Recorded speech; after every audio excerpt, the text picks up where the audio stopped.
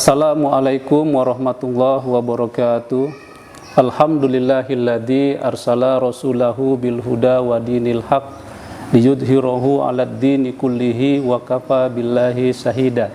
Asyhadu an la ilaha illallah wahdahu la syarikalah wa asyhadu anna Muhammadan abduhu wa rasuluhu la nabiyya ba'da.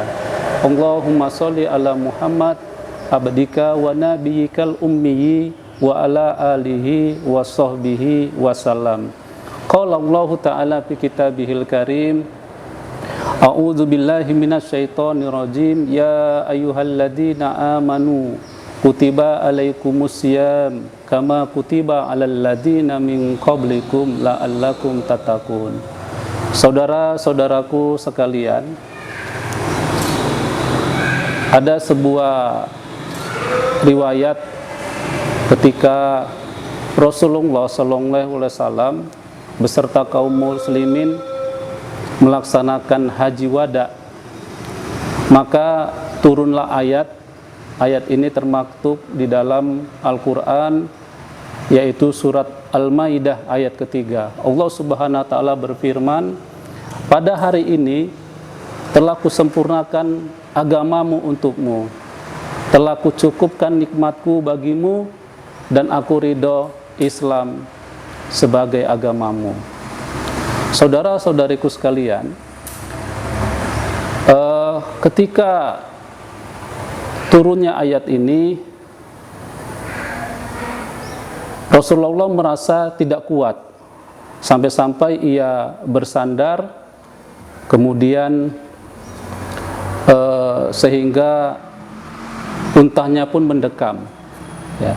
Lalu turunlah Jibril seraya berkata kepada Rasulullah SAW, ya Muhammad, sesungguhnya pada hari ini telah selesai urusan agamamu. Oleh karena itu, berhentilah dari apa yang diperintahkan dan apa yang dilarang oleh Tuhanmu. Kemudian kumpulkanlah sahabat-sahabatmu dan sampaikan kepada mereka bahwa mulai hari ini aku tidak akan turun menyampaikan wahyu kepadamu. Lalu Rasulullah SAW pergi menuju Madinah, dari Mekah ke Madinah. Kemudian Rasulullah pun mengumpulkan para sahabat, kemudian menyampaikan ayat itu dan juga menyampaikan apa yang disampaikan oleh Jibril.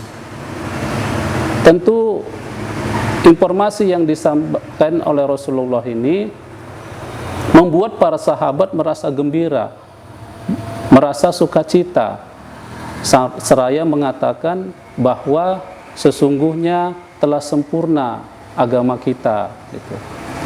Namun, saudara-saudaraku sekalian, di antara para sahabat yang sedang bersukacita itu ada seorang sahabat yang dia merasa sedih, dia merasa murung, yaitu sahabat bernama Abu Bakar As-Siddiq.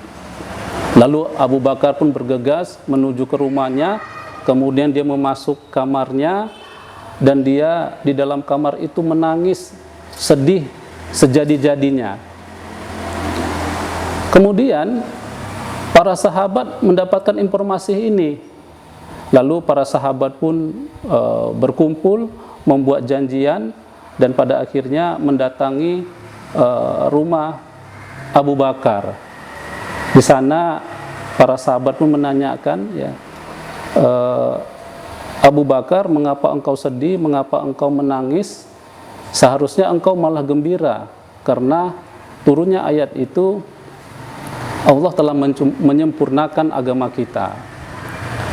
Lalu Abu Bakar pun menjawab, wahai sahabat-sahabatku, tidakkah engkau pernah mendengarkan bahwa suatu perkara yang telah sempurna, maka kemudian dia akan berkurang. Dan ayat itu sesungguhnya menginformasikan kepada kita bahwa dalam waktu dekat kita akan berpisah dengan Rasulullah, kekasih kita. Mendengar penjelasan ini, saudara-saudaraku, para sahabat pun menjadi sedih dan menangis, karena pada akhirnya mereka mengetahui bahwa mereka akan berpisah dengan Rasulullah Shallallahu Alaihi Wasallam. Singkat cerita, setelah turunnya ayat ini, ayat ketiga dari surat Al-Maidah, Rasulullah masih merasakan kehidupan kurang lebih 81 hari. Setelah itu, tepatnya pada tanggal 12 Rabiul Awal tahun Hijriah, Rasulullah Shallallahu Alaihi Wasallam menghembuskan napasnya dengan tenang. Saudara-saudariku sekalian, lalu apa hubungannya peristiwa ini dengan puasa Ramadan? Ada hikmah yang bisa kita petik dari sini, bahwa begitulah kehidupan. Ada yang datang, ada yang pergi. Rasulullah dilahirkan di muka bumi ini, kemudian mengemban risalah, dan pada akhirnya sesuai dengan janji Robnya, ia meninggalkan kita. Dan ini adalah sesuatu yang sunatullah. Begitu juga Bapak Ibu, saudara-saudari sekalian, Ramadan ini juga begitu, datang dan pergi. Karena itu bersyukurlah kita kepada Allah Subhanahu wa taala, karena pada tahun ini, tahun 1443 Hijriah, Allah telah memberi kesempatan kepada kita untuk melaksanakan puasa di bulan Ramadan ini. Pertanyaannya adalah, pernahkah kita memuhasabah diri kita sejauh mana dan semaksimal apa ibadah-ibadah yang kita lakukan di bulan Ramadan ini?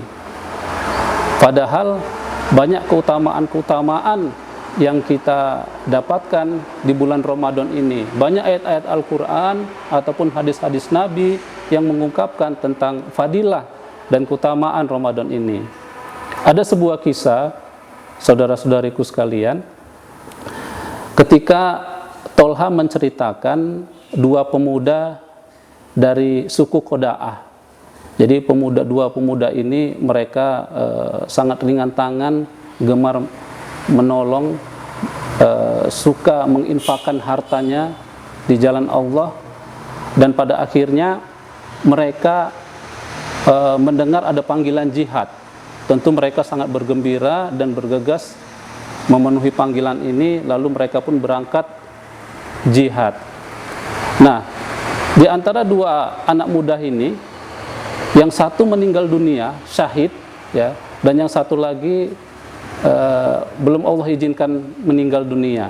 Tetapi setahun kemudian, pemuda yang satu lagi ini sakit, dan dia pun meninggal dunia mengikuti temannya. Bapak Ibu, saudara-saudariku sekalian, lalu Tolha Ibnu Ubaidillah menceritakan mimpinya terkait dengan dua pemuda ini tadi, bahwa di mimpinya itu dia sedang berada dengan dua orang pemuda ini di pintu surga.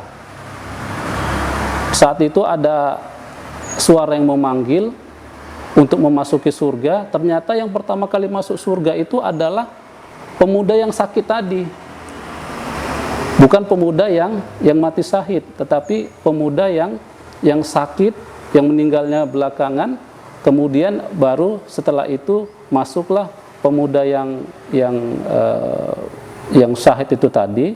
Dan kemudian suara itu juga mengatakan kepada Tolha, wahai Tolha, kamu pergilah karena belum saatnya engkau masuk surga. Lalu Tolha pun terbangun. Mimpi ini diceritakan Tolha kepada sahabat-sahabatnya. Terjadilah pro kontra gitu.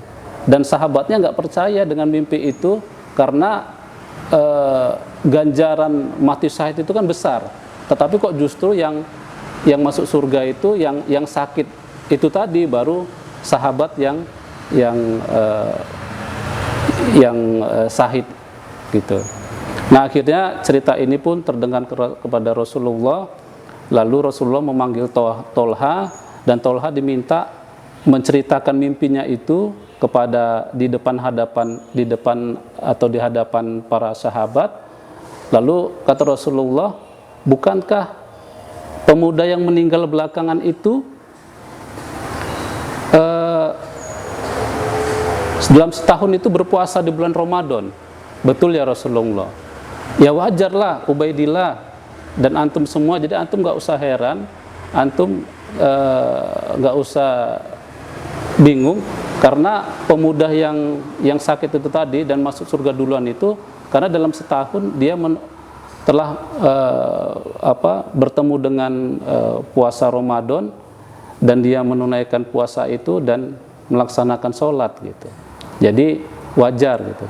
Nah, jadi saudara-saudaraku sekalian, begitu besar keutamaan dari puasa Ramadan ini, seperti yang dikisahkan oleh Tolha dengan mimpinya itu terkait dengan dua pemuda dari suku Qoda'ah ini. Nah, semoga kita lebih termotivasi untuk melaksanakan amalan-amalan ibadah yang tinggal beberapa hari ini, sehingga kita betul-betul merasakan bagaimana nikmatnya menjalankan ibadah-ibadah di bulan suci Ramadan 1443 Hijriah ini. Wallahu a'lam bishawab. Wassalamualaikum warahmatullahi wabarakatuh.